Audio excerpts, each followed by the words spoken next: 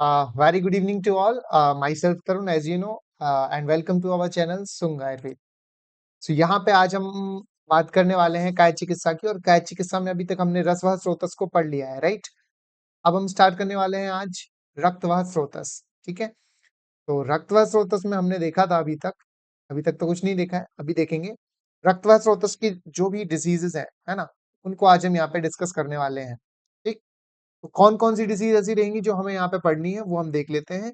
और इसके अलावा हम ये भी देख लेते हैं कि रक्तवाह स्रोतस होते क्या हैं, क्या उनके मूल हैं, और साथ ही साथ ऐसे कौन से कारण हैं जिनकी वजह से रक्तवाह स्रोतस जो है वो दुष्ट हो जाता है।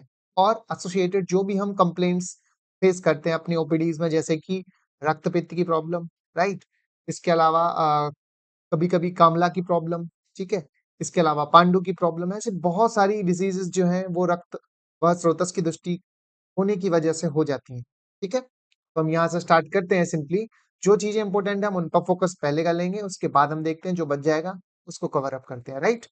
तो स्टार्टिंग विद दिस चैप्टर रक्तवाह स्रोतस। तो रक्तवाह स्रोतस में सबसे पहले हमें ध्यान क्या करना है, इसके मूल क्या-क्या है, ठीक है? तो मूल पे अगर हम बात करते हैं, यहाँ पर एक छोटा-सा श्लोक हमें दिया गया है, सोढ़ित वहानाम स्रोतसम यक्रन मूलम प्लीहा च। चरक विमान का श्लोक है। तो बेसिकली होता क्या है, जो रक्त को बहाने वाले स्रोतस हैं, है ना? वो कौन-कौन से माने हैं? यकृत, मूल और प्लीहा, ठीक है? दैट मीन्स गर्भावस्था में अगर हम बात करें तो यकृत और प्लीहा में रक्त का निर्माण होता है, और आत्यायिक अवस्था में भी, मतलब इमरजेंसी कंडीशन अगर कोई आ जाती है, सपोज दैट, है ना? सो इन दैट सिचुएशन आल्सो क्या होता है, इन इमरजेंसी कंडीशन हमारे जो रक्त या हम ब्लड की बात करते हैं, ब्लड कौन प्रोवाइड कर देता है हमको? Liver as well as spleen, ठीक है? कोई एक्सीडेंट हो गया, कुछ भी हो गया, तो वहां पर हमें ब्लड सडनली कौन प्रोवाइड करने वाला होता है? जहां पर ब्लड का स्टोरेज होगा, ऑब्वियस सी बात है। तो स्प्लीन में हम जानते हैं अच्छे से ब्लड स्टोर हो जाता है, वो हमें सप्लाई कर देगा। साथ में ही लिवर जो होता है वो भी हमें सप्लाई कर देगा, ठीक है? इसके अलावा हम देखते हैं रस के साथ रक्त का संचरण हृदय स्थित 10 धमनियों द्वारा संपूर्ण शरीर में होता है। ये हमने पढ़ा है बहुत अच्छे से, ठीक है? रसवाही धमनियाँ 10 जो होती हैं वो हृदय में रहती हैं, और उससे ही रस का संचरण होता है, ठीक? जो भी संचारण का काम है वो तो हम जानते हैं अच्छे से। जो भी हमें पोषण सामग्री है, रस, रक्त इत्यादि, वो सब का सब सप्लाई कौन करने वाला है? रस, ठीक है?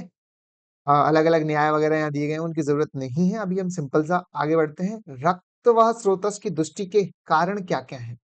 ठीक है? So what are the causative factors which are responsible for रक्तवाह स्रोतस दुष्टि? ठीक है?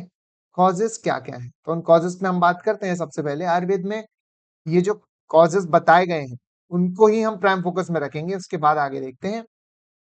विदाही अन्यपानानि स्निग्धोष्णानि द्रवाणि च रक्तवाहिनी दुष्यंती भजताम चा तप आनलो। चरक विमान का ये भी श्लोक है, 5वां अध्याय 14वां श्लोक।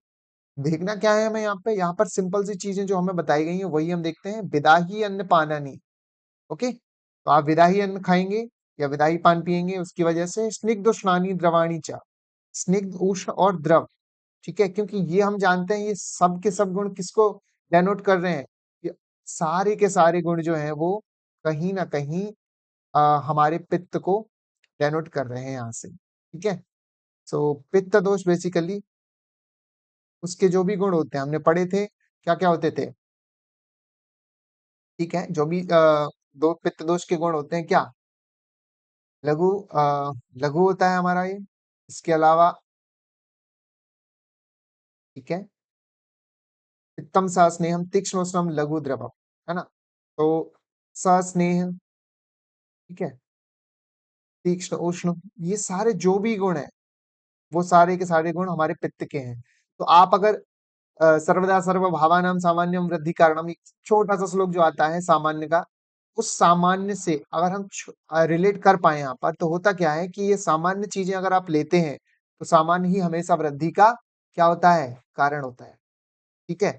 सामान्य ही वृद्धि का कारण होता है, ओके? तो यहाँ पर जो आप कर रहे हो, वो क्या कर रहे हो? सामान्य से, द्रव सामान्य से पित्त को आप प्रकोपित कर रहे हो या बढ़ा रहे हो, ठीक है? सो दृष्टि के कारण जो भी बताए गए हैं उन पे हम फोकस करेंगे। अगर कोई भी पेशेंट आपकी ओपीडी में आता है और वो इस तरीके से रिप्रेजेंट करता है कि हमारी डेली हैबिट्स में ये सारी चीजें जो कि हम देखते हैं, वो अगर खा रहा है, तब वो कहीं ना कहीं इसका एक कारण हो सकता है डिसीज का। ठीक है, कॉजेज ऑफ रक्त ऑफ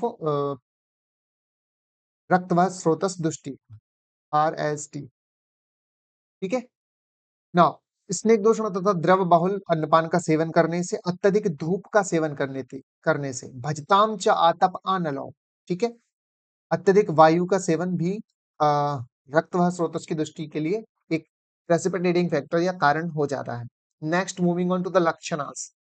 लक्षणों पे हम बात करते हैं तो रक्तवाह स्रोतस की विकृति जब हो जाती है तो हमें कौन कौन से ऐसे जो साइन एंड सिम्टम्स होते हैं जो हम देख पा रहे हैं अपने पेशेंट के अंदर, तो उन पर हम बात कर लेते हैं। लक्षण जो होते हैं ना, वो कौन कौन से हैं। तो देखें, रक्तवात स्रोतस की विकृति होने पर ये जो रक्त प्रदोषज विकारों की उत्पत्ति होती है वो है कौन कौन से कौन कौन से विकार हम यहाँ पे पढ़ने वाले हैं रक्तवात स्रोतस की दृष्टि में, तो वो हम बात करते हैं यहाँ पे। सबसे पहली चीज यहाँ पे दी गई है आपको, कुष्ठ रोग। ठीक है, तो वक्षन्ते रक्त दोषजा कुष्ठ विसर्प पिड़का रक्त पित्तम अस्रग्धरा गुदमेड्राश पाकश्च प्लीहा गुल्मो अथ विद्रधि नीलिका कामला व्यंगा पिप्पलस पिप्पल वस्तिल कालका।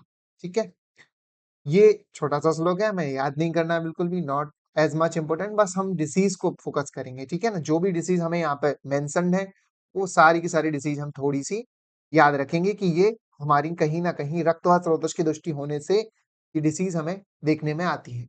ठीक है, तो स्टार्टिंग विद द डिजीजेस, कौन कौन सी हैं? कुष्ठ रोग, लेप्रोसियन skin disorder. Skin mean basically जो कलर है ना, हमारी स्किन की जो कलरेशन है उसमें अगर कोई दिक्कत आ जाए, स्किन कलरेशन में कोई प्रॉब्लम आ जाए, दैट इज स्टेन डिसऑर्डर।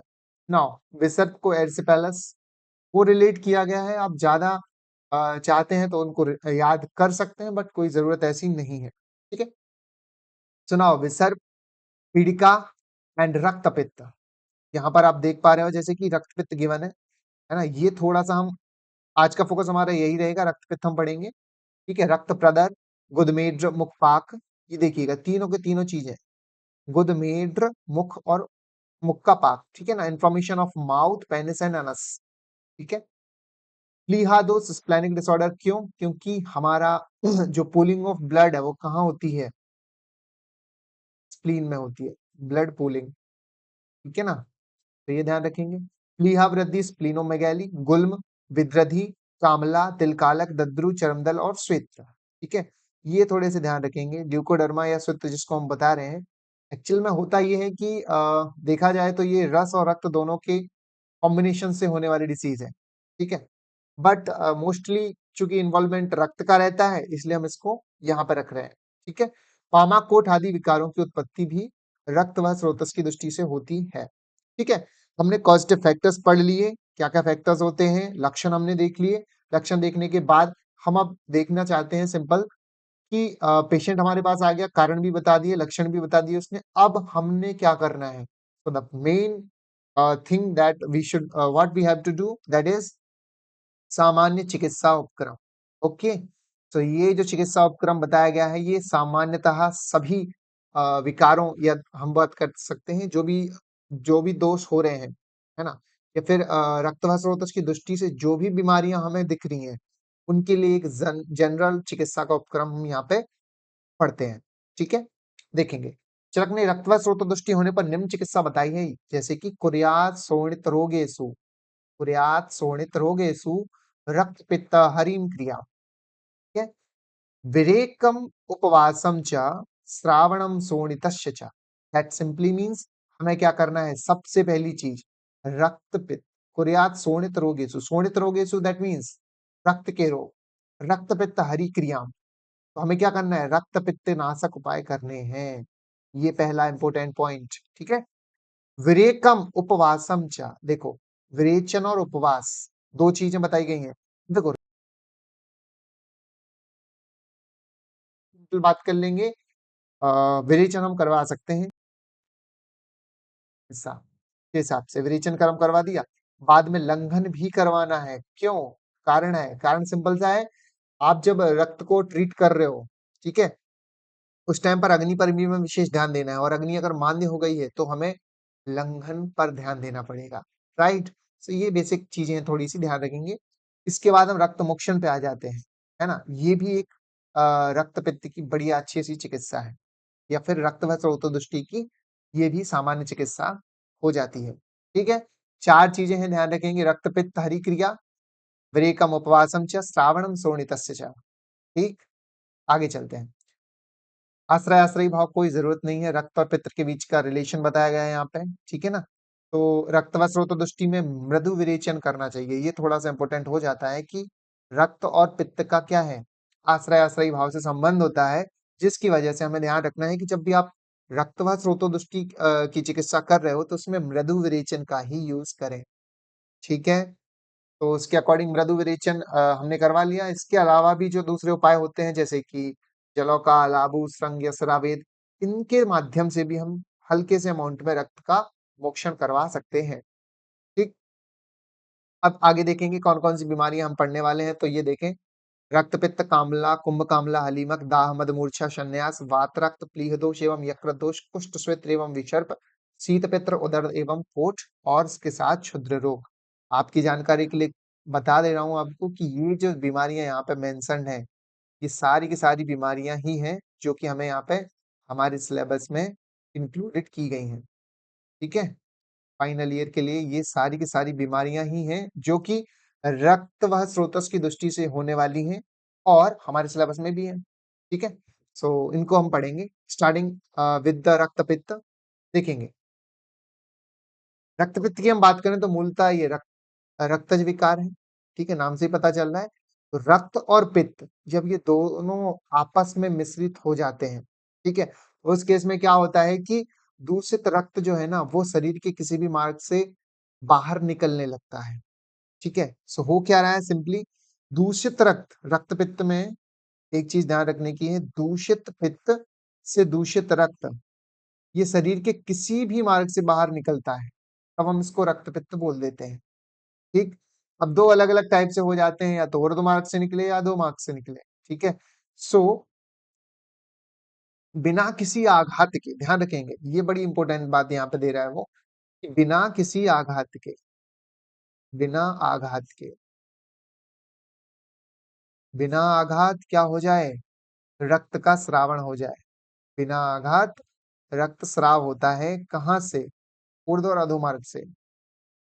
रक्त का स्राव कहाँ-कहाँ से हो सकता है? ऊर्ध्व और अधोग। ठीक है? ये जो बाह्य स्रोतस हैं, उन स्रोतसों से पूरे शरीर में बिना ही कारण के रक्त का स्राव होता है। रक्तपित्त में बिना किसी चोट के, ध्यान रखना है। ठीक है? तो ये दूसरी जगह पर जो जो भी रक्त का स्राव होता है, उनसे थोड़ा-सा डिफरेंट हो जाता है। ठीक है? फॉर एग्ज़ाम्पल आपके क्षय, छीण, यक्ष्मा, रक्ताल्प, रक्तातिसार इन सब में भी हमारा ब्लड का लेटिंग आउट होता है, बट उनसे ये भिन्न है थोड़ा-सा। क्यों? बिकॉज़ यहाँ पर कोई भी आघात या चोट नहीं लग रही। ठीक है? अब देखेंगे अपन रक्तपित्त जो हो गया वो एक सार्वधायिक रोग हो गया है, जिसमें पित्त से दूषित रक्त का स्राव हो रहा है। यहाँ देखना है क्या? पित्त से दूषित जो रक्त है, केवल उसी का स्राव करवा देना है, सभी रक्त नहीं बहाएँगे हम। ठीक? तो सिर्फ पित्त से दूषित रक्त, ओके? चरक ने रक्तपित्त को महारोग बोल दिया है। अब भैया चरक है, चरक बोल देते हैं हमारे, महारोग है तो भैया ध्यान रख लेंगे इससे भी डरने की, भयभीत होने की थोड़ी-सी आवश्यकता तो है, बट हम चिकित्सा करेंगे, तो ये चिकित्सीय है या फिर हम बोल सकते हैं इसकी चिकित्सा करी जा सकती है। तो अग्नि के समान जो महावेगी और शीघ्रकारी होता है, वो हमारा रक्तपित्त होता है। तो एक छोटी-सी संज्ञा हम बोल सकते हैं, वो यहाँ पर चरक ने दी है, दैट इज़ महागदम, महावेगम, महागदम, महावेगम, अग्निवत् शीघ्रकारी च, अग्नि के समान शीघ्रकारी, हेतु लक्षण वित् शीघ्रम, हेतु लक्षण वित् शीघ्रम रक्तपित्तम उपाचरे। तो वैसे ही हमें ध्यान रखना है कि जिस प्रकार से अग्नि जो है महावेग और शीघ्रकारी होती है, उसी प्रकार से रक्तपित्त जो है वो एक महागद है, महारोग है और वह भी इसी तरीके से फैलता है, इसलिए इसकी चिकित्सा हमें जल्दी से जल्दी करनी चाहिए। ठीक? निरुक्ति व्युत्पत्ति की बात करें रक्त युक्तम पित्तम रक्त पित्तम, रक्त जब पित्त के साथ मिल गया तो क्या बन गया? रक्त पित्तम। या फिर रक्ते दूष्ये पित्तम रक्त पित्तम, रक्त जब है वो दूषित कर दिया पित्त को। ठीक है, दैट इज रक्त पित्तम। ये वाली इंपॉर्टेंट हो जाएगी थोड़ी सी, रक्तवत पित्तम रक्त पित्तम, क्योंकि चक्रपाणी ने उनको बोला है। ठीक, तो रक्त का दूषित पित्त के द्वारा दुष्ट हो जाना, देखो रक्त तो धातु है, उसको दुष्ट कौन करेगा, पित्त आकर के करेगा। ठीक है, सो रक्त दुष्ट हो जाता है किस से, पित्त से, तो उसको हम बोल देते हैं रक्त पित्त। ठीक है, या फिर पित्त द्वारा रक्त को दूषित किया जाना ही रक्त पित्त होता है। ठीक, आगे देखेंगे, ये सारी उपमा बताई गई हैं, इतना कुछ खास नहीं है, बट एक याद रख लो, गंध वर्णयो सामान्यात, रक्त और पित्त समान गंध वर्ण के होते हैं, अर्थात दोष पित्त एवं दूष्य रक्त समान गंध व वर्ण होने वाले से, गण वाले होने से, गंध और वर्ण वाले होने से इसका नाम रक्त पित्त दिया गया है। ठीक है, तो वो क्या रहा है, रक्त एंड पित्त, रक्त एंड पित्त, इन दोनों के बीच में क्या है, थोड़ी सी समानता है। तो जो समानता है वही इनकी आपस में दुष्टि होने का कारण भी है, इसलिए इसका नाम रक्त और पित्त से मिलकर के रक्त पित्त बना है। ठीक, रक्त पित्त हम बात करते हैं तो यहाँ देखो, एक बड़ी अच्छी सी बात बताई रहे हैं वो, कि चरक ने स्पष्ट किया है, या रक्त पित्त प्लीहा और यकृत का ही आश्रय करके रहता है। ठीक है ना, कहाँ कहाँ रह रहा है, प्लीहा और यकृत में, तथा इस देह में रक्तवाही स्रोतों का मूल भी यही है। भाई जहां पे रहेगा वही तो मूल बनेगा ना। तो प्लीहानम च यकृत चैव तदष्ठाय तद अधिष्ठाय वर्तते स्रोतांसी रक्तवाहिनी तन्मूलानि हि देहिना। रक्तवाहिनी स्रोतस कौन से हो गए हमारे, यकृत और प्लीहा, और वहीं पर जो मूल रूप से रहता है दैट इज रक्त पित्त। ठीक, अब सन्निकृष्ट निदानों पे आ जाते हैं। तो देखो भैया, निदान हमने जनरल निदान तो पढ़ लिए थे, जनरल कॉस्टिंग फैक्टर्स तो पढ़े थे, बट अब रक्त पित्त के हम पढ़ेंगे स्पेशली। अभी हमने रक्तवाही स्रोतस की जो भी दुष्टि होती थी उसके फैक्टर्स पढ़े थे, कॉस्टिक कॉजिंग फैक्टर्स पढ़े थे। अब हम निदान जो पढ़ रहे हैं वो सिर्फ रक्त पित्त के पढ़ रहे हैं। ठीक, तो यहाँ पर देखो कुछ है तो बहुत सारे, बट मेन मेन जो है ना वो याद रखेंगे अपन। ठीक है, ये उष्ण तीक्ष्ण क्षार अम्ल लवण एवं कटु पदार्थों का अति सेवन, ये तो हम जानते ही हैं, क्योंकि ये सारी चीजें क्या करेंगी, ये सामान्य रूप से किसको बढ़ाने वाली होंगी, ये सामान्य रूप से बढ़ाने वाली होंगी हमारे पित्त को। ठीक है, तो ये तो हटाओ। फिर विदाही अन्नपान, विदाही अन्नपान का सेवन भी क्या करेगा, पित्त को बढ़ाएगा एनी हाउ, वो भी ध्यान रखना। अति आतप, अति वायु, वायु आतप इनका सेवन नहीं करना। अति अध्वगमन, ये ध्यान रख लेंगे कि अध्वगमन। ठीक है, क्यों, क्योंकि तो अधोगमन में क्या होता है, हमारा जो महानिम्न है, महानिम्न किसको बोला गया है, हमारे महास्रोतस को। ठीक है, तो उस महानिम्न में क्या होता है, जब आप अधोगति करते हो तो वात वगैरह जो हमारे दोष है वो सब कहाँ पहुंच जाते हैं, वो भी नीचे की तरफ हो जाते हैं। ठीक है, और साथ में ही हमने कई बार ऐसा देखा है कि रक्त की जो गति है, ठीक है ना, जैसे हमने रक्त पित्त में देखा था, दो मार्गों से निकल रहा था, ऊर्ध्व और अधोग। जब अधोग मार्ग से रक्त निकलेगा तो उसमें कारण कौन बन जाएगा, उसमें कारण ये अति अधोगमन बन जाएगा। ओके, ये अधोग मार्ग से रक्त को निकालने के लिए, अधोग मार्ग से रक्त के निकालने के लिए, रक्त का श्रावण। ठीक है, इस करवाए ये करवाएगा अति अधोगमन। अति व्यवाय, ये भी एक कारण है। शोक भय इत्यादि मानसिक हेतु, देखो शोक और भय से क्या होता है, पित्त प्रकोपित होता है। ठीक है, तो पित्त बढ़ेगा, पित्त रक्त को दूषित करेगा तो दिक्कत हो जाएगी। दूध के साथ लवण व क्षार युक्त शाक का सेवन, अच्छा भैया ये चीज क्यों नहीं करना है, विरुद्ध आहार। ठीक है, विरुद्ध आहार जब भी आप सेवन करोगे तो पित्त विदग्ध होता है, जैसे ही पित्त बिगड़ा, पित्त क्या करवा देगा, पित्त करवाएगा रक्त को दूषित, और वो भी एक कारण हो सकता है जो कि हमारे रक्त पित्त का एक फैक्टर बनता है। ठीक, मूली सरसप लहसुन सुरा सवीरक का अति प्रयोग, ये भी नहीं करेंगे। दुग्ध के साथ अम्ल द्रव्यों का सेवन, ये देख लें आप, ये थोड़ा सा अच्छा है। दुग्ध के साथ अम्ल द्रव्यों का सेवन, अच्छा ये भी क्या विरुद्ध में आएगा, बिल्कुल आ जाएगा। ठीक है ना, तो जब ये भी विरुद्ध हो गया तो विरुद्ध क्या करेगा, भाई विरुद्ध का तो काम ही है दोषों को सामान्य से प्रकोपित करना, विरुद्ध आहार, विरुद्ध क्या करेगा, दोषों का प्रकोप करेगा, दोषों का प्रकोप। तो जब दोष प्रकोपित हो जाएंगे फिर क्या होगा, वो धातुओं को, हमारी रस रक्त इत्यादि धातुओं को क्या करेंगे, अफेक्ट कर देंगे। ठीक, ना विप्रकृष्ट निदान, चरक ने रक्त पित्त का विप्रकृष्ट निदान रुद्र का कोप बताया गया। देखो सन्निकृष्ट मतलब जो हमें दिखते हैं, जो हम फॉलो अप करते हैं, बट विप्रकृष्ट का मतलब जो हमें नहीं दिखते, अदृश्यमान जो है निदान, वो निदान विप्रकृष्ट निदान में माने गए हैं। ठीक है ना। ज्वर की उत्पत्ति हमने कहाँ से पढ़ी थी? ज्वर की उत्पत्ति हमने पढ़ी थी रुद्र। ठीक है ना। उसको जब ताप हुआ, ठीक है, उसकी वजह से जब रुद्र की उत्पत्ति हुई थी ना, तब ज्वर हुआ था। ठीक है, उसी को ज्वर भी बोला गया था। बट जब रुद्र का कोप होता है, रुद्र का कोप, तो यहाँ रुद्र के कोप को क्या संज्ञा दी गई है? रक्त पित्त का विप्रकृष्ट निदान की संज्ञा। ठीक है। तो चरक बता रहे हैं, थोड़ा सा ध्यान रखेंगे।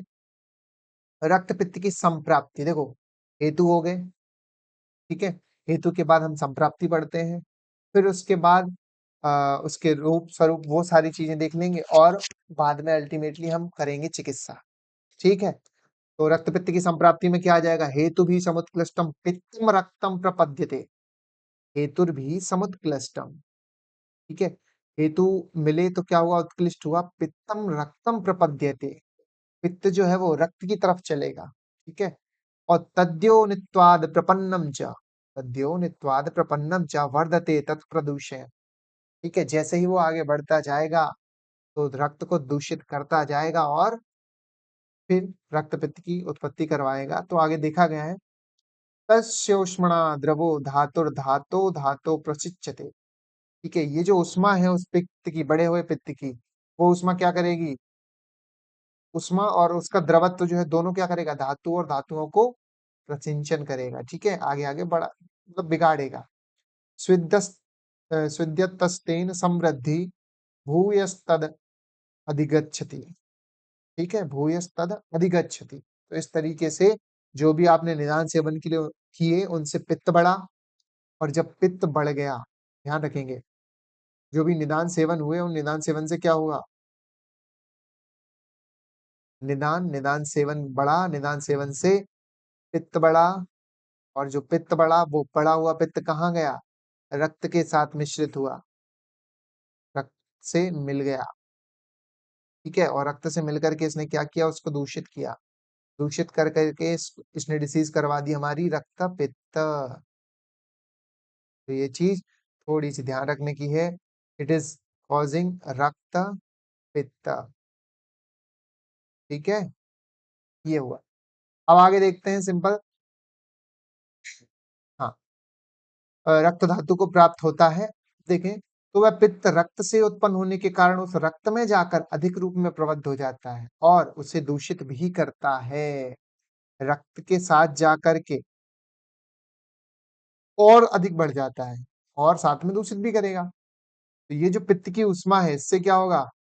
अब देखो, रस रक्त मांस मेद अस्थि मज्जा और सुक्त, उत्तरोत्तर जैसे ही वो धातुओं में प्रविष्ट होगा, आगे आगे बढ़ता जाएगा, तो क्या होएगा? वहां से जो भी मांस इत्यादि धातु है, वहां से द्रव धातु निकलेगी।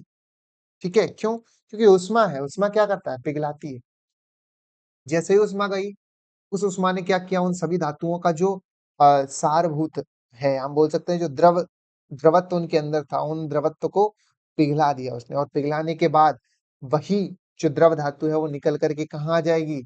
जहां पर रक्त बह रहा था, उन धमनियों में आ जाएगी। जब वो उन धमनियों से मिल गई, तो वहां पर रक्त की अ, हम बोल सकते हैं मात्रा में वृद्धि हो जाएगी। ठीक है।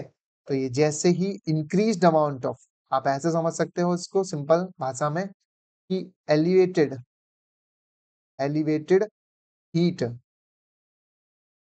या फिर higher higher heat will cause, क्या करवाएगा ये करवाएगा increased fluid, increased fluid. Okay. Increased fluid part of all धातुस। ठीक है। और जब ये फ्लूड पार्ट बढ़ाएगा, तो क्या होगा? इसकी वजह से एलिवेटेड अमाउंट ऑफ ब्लड, ठीक है, इन सर्कुलेशन। और जब ये ब्लड बढ़ गया सर्कुलेशन में, तो ये ब्लड क्या होगा? फिर फाइनल सी बात है ना, छोटे छोटे से जो भी स्रोतस उसको दिखेंगे, it will migrate it will migrate to the स्रोतस, टू स्रोतस। जो भी ऊर्ध्वक और अधोगत जो भी स्रोत उसको दिखते हैं, उन सभी स्रोतों में ये क्या कर जाएगा? माइग्रेट कर जाएगा। ठीक? आगे देखते हैं। आधुनिक चिकित्सा विज्ञान में इसे अनअभिघातज रक्तस्राव हेमोरेजिक डिसऑर्डर के समकक्ष माना जाता है। सिंपल सी बात है ना। अब देखो भाई, कुछ ऐसे चोट वगैरह तो लगी नहीं है, बिना चोट के ही जब रक्त का स्राव हो रहा है, सो उसको क्या बोलोगे आप? That is haemorrhagic. अंदर से ही कोई डिसऑर्डर है। ठीक है, दैट इज हीमोरेजिक डिसऑर्डर। संप्राप्ति तो पढ़ ली, संप्राप्ति के घटक भी देख लेते हैं थोड़ा सा। संप्राप्ति के घटकों में आप देख रहे हो जैसे कि दोष, दूष्य, स्रोतस, अधिष्ठान, स्रोत, दृष्टि, स्वभाव, अग्नि, उद्भव स्थान, संचार स्थान, व्यक्त स्थान, साध्य, साध्यता, सब कुछ दिया गया है। बेसिक देखते हैं। दोष, कुछ खास नहीं सोचना है, पित्त होगा। दूष्य क्या होगा? पित्त और रक्त के साथ मिलके बना है तो संप्राप्ति घटक और ऑफ रक्त पित्त। ये थोड़ा सा ध्यान में रखेंगे तो हो जाएगा। दूष्य में क्या आ जाएगा? रक्त आ जाएगा। स्रोतस क्या होगा भैया? रक्तवाहिनी स्रोतस। रक्तवाह स्रोतस में कौन कौन सा आएगा? बताओ। दो मूल स्थान पढ़े थे अपन ने, यकृत और प्लीहा।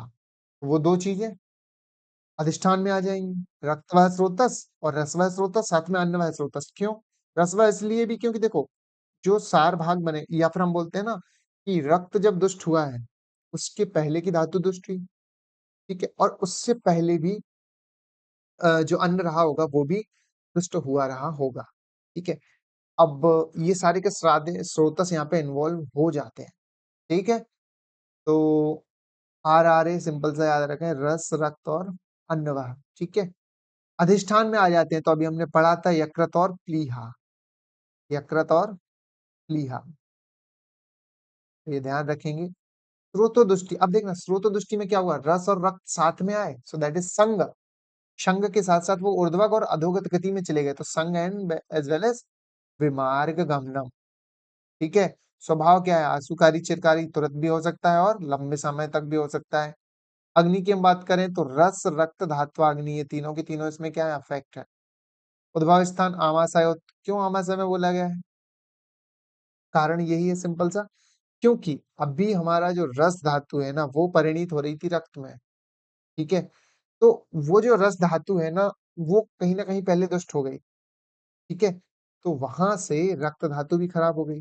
अब ये जो रक्त धातु है वो क्या करवा रही है? आमाशयगत होकर के वो वहां से उद्भव पा रही है।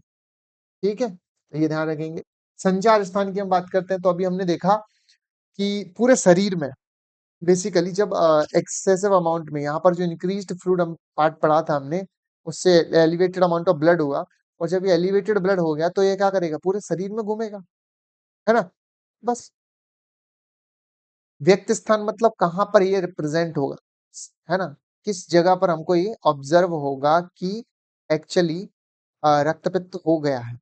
ठीक है, तो ऊर्ध्वक, अधो, वाह स्रोतस एवं रोमकूप, ये तीन स्थान जो है वो रिप्रेजेंटिंग साइट है। ठीक है, so these three are representing site. कोई भी डिजीज जो होती है ना, वो कहाँ पर रिप्रेजेंट अपने आप को कर रही है। ठीक है ना, तो ये हमें ध्यान रखना है। साध्य साध्यता पे हम आ जाते हैं तो थोड़ा सा भैया कृच्च साध्य में आएगा ये। क्यों आएगा? कारण सिंपल है, क्योंकि अगर सारे के सारे स्रोत इन्वॉल्व हो गए हैं तो दिक्कत हो जाएगी इसको रिजॉल्व आउट करवाने में। ठीक, आगे देखते हैं। ये हमने संप्राप्ति भी पढ़ ली, रक्त पित्त के भेदों पे आ जाते हैं, और फिर पूर्व रूप, फिर भेदों के अलग अलग लक्षण मिलेंगे हमको, वो थोड़े से देख लेंगे अपन, बट कोशिश करते हैं। I will complete this in this video too. So भेदों पे आते हैं, ठीक है ना। स्रावित रक्त के गुणों के आधार पर रक्त पित्त के 7 भेद किए जाते हैं।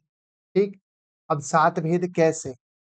तो देखना, जो भी रक्त निकलेगा, है ना, उसमें क्या हो जाएगा? क्या, किस टाइप का रक्त जो है वो निकल रहा है। ठीक है, तो उसके बिहाफ पर हम बता देते हैं कि हाँ, ये जो है किस टाइप का जो है रक्तपित्त हुआ है। ठीक है, देखें, पहला है सांद्रम सा पांडु स स्नेहम पिच्छलम कफान्वितम। श्लोक को याद नहीं करने, ध्यान रखना है बस।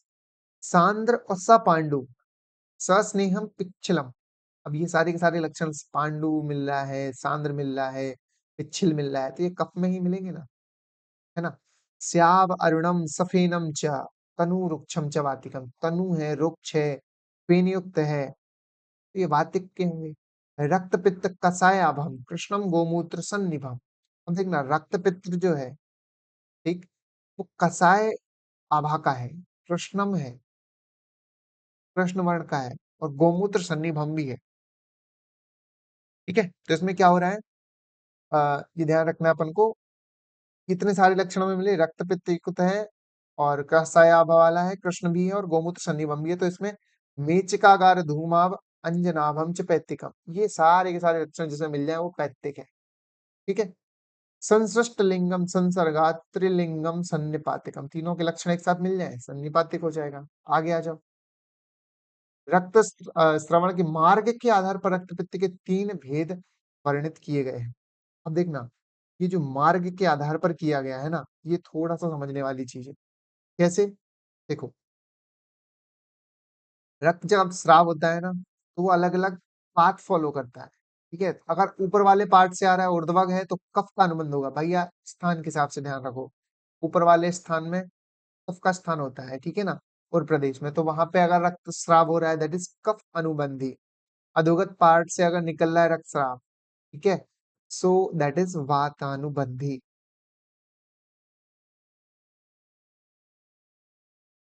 अच्छा, जब ये सर्वग मतलब सभी मार्गों से निकल के आ रहा है तो वो वात और कफ का अनुबंध लिए रहता है। ठीक है, ये थोड़ी सी इंपॉर्टेंट है वीक के। ठीक, सर्वग वीक की, ऊर्ध्वक कफ संसृष्टम अधोगम पवनानुगम द्विमार्ग कफ वाताभ्याम अ, उबा उबाभ्याम अनुबंधते। ठीक है, पूर्व रूप पे आ जाओ, आचार्यों ने रक्त पित्त के जो पूर्व रूप बताए हैं वो क्या है। देखना, रक्त पित्त है तो किस किस का वहां पर इन्वॉल्वमेंट हुआ, कफ का भी अनुबंध हो सकता है, वात का भी हो सकता है।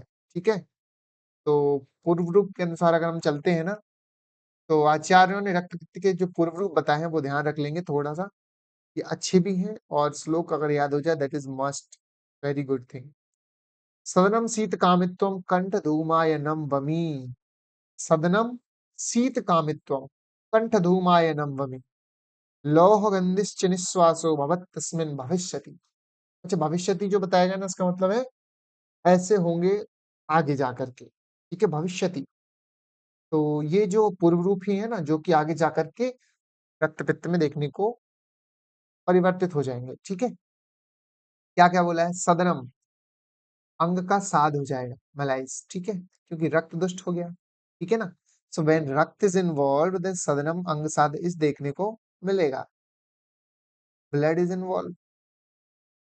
ठीक है, नाउ शीत सेवन की इच्छा, भैया पित्त बढ़ा हुआ है और पित्त का कौन सा गुण बढ़ा हुआ है, पित्त का उष्ण गुण बढ़ा हुआ है। ठीक है, तो जब उष्ण गुण बढ़ा हुआ है तो भैया वो खाने की क्या इच्छा करेगा, बिकॉज ऑफ हीट।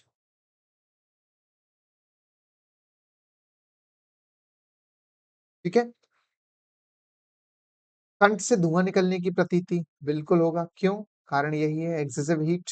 ठीक है, वमन की हम बात करें, वमन की इच्छा क्यों होगी, वमन की इच्छा इसलिए होगी बिकॉज इससे पहले हमने देखा कि रक्त पित्त जो है वो कफ के संसर्ग से भी था। ठीक है, ऊर्ध्वक मार्ग में जब वो था तो वो थोड़ा सा वमन की इच्छा जाहिर करेगा। ठीक है, लोह गंधी निश्वास, iron metal smell in breath, लोह गंधी निश्वास क्यों, क्योंकि भाई अंदर जो है रक्त की दृष्टि चल रही है, रक्त की दृष्टि स्टार्ट हो गई है। ठीक है, और जब रक्त की दृष्टि स्टार्ट होगी दैट मीन्स वहां पर जो है ब्लड कार्प आरबीसीज वगैरह जो है वो क्या हो रहे होंगे, रप्चर्ड हो रहे होंगे। तो जब आरबीसीज रप्चर्स होते हैं तब क्या होगा, हीमोग्लोबिन कंटेंट जो है ना वो निकलेगा, हीमोग्लोबिन में भी हीम कंपाउंड है। ठीक है, जो कि आयरन है बेसिकली, तो ये जो आयरन है इसलिए लोह गंधी निश्वास आयरन के समान जो है वो स्मेल दिखने को मिलेगी। चरक और बागवट क्या होती है, ये सब सुश्रुत के लक्षण थे, ध्यान रख लेंगे, है ना। आचार्य चरक और बागवट ने मत्स्य गंधता का वर्णन भी किया है। ठीक है, तो सुश्रुत तो क्या बोल करके गए, हीमोग्लो आरबीसी का रप्चर हुआ, हीमोग्लोबिन निकला, हीमोग्लोबिन में आयरन है, आयरन दैट मींस लो गंधी निश्वास। ठीक है, चरक और बागवट बोल कर गए मत्स्य गंधता। तो देखो मत्स्य गंधता को भी थोड़ा सा रिलेट कर लो अगर हो पाए तो। अब भैया सड़ा हुआ जो खून है वो कैसी स्मेल मारेगा, मछली के समान। ठीक है, दैट इज़ मत्स्य गंधता का चरक भागवत ने बोल दिया। ठीक? चरक भागवत ने बोल दिया कि मत्स्य के समान गंध भी आएगी। चरक भागवत को क्या लगा? भाई मछली जैसी भी मत्स्य गंध, रक्त पित्त में। ठीक है? चरक भागवत मत्स्य गंध इन रक्त पित्त। ओके? तो ये जो है वो हमने यहाँ पे पढ़ लिए। अब चरक ने भी कुछ पूर्व रूप बताए हैं तो वो भी देखेंगे। तस्यमानि पूर्वरूपाणि भवन्ति तद्यथा अन्नाभिलाष अन्नाभिलाषः भुक्तस्य विधाः शुक्ल अम्ल गंध रस उद्गार छर्देर अभीक्षणम आगमनम लोहित मत्स्याम गंधित्वम इव स्वप्ने दर्शनम अभीक्षणम इति। ठीक, चरक निदान 2/6। क्या बोल रहे हैं वो कि पूर्व रूप में क्या मिलेगा रक्त पित्त के? अन्न का अभिलाष, है ना? अनन्नाभिलाष, खाने की इच्छा नहीं होगी। ये थोड़ा-सा ध्यान रखेंगे, स्वर भेद अभी यहाँ पे काट देंगे अपन। अनन्नाभिलाष, ठीक है? हाँ, तो भुक्त अन्न का विदा होगा, इसके बाद भुक्तस्य विदा, अन्न द्वेष, ठीक है? द्वेष रहेगा अन्न से, अनन्नभिलाष बात हो गई। शुक्ल अम्ल गंध रस उद्गार छर्दे अभीक्षणम आगमनम, ठीक है? तो इसको हम देखते हैं। हाथ पैरों में जलन भी होगी क्योंकि ब्लड के साथ पित्त मिला हुआ है, रक्त और पित्त। साथ में अंगमर्द होने को मिलेगा ही, बिल्कुल मिलेगा। स्वप्न में रक्त नील पीत स्याव वर्ण तथा तेज प्रकाश वाली वस्तुएं दिखाई देने हैं। ठीक है, ये सारी वस्तुएं इसको दिखाई देंगी। कारण क्या है?